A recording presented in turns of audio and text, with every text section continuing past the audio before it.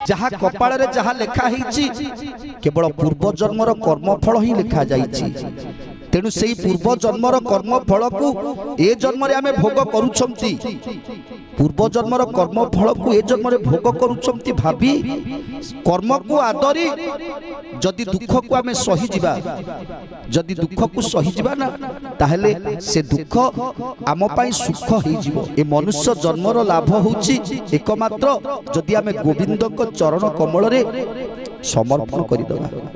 जदि मनुष्य जन्मर लाभ होछि केवल गोविंद को पादरे समर्पण करि दबा निजको। विष्णुर गुण कर्म जेते नित्य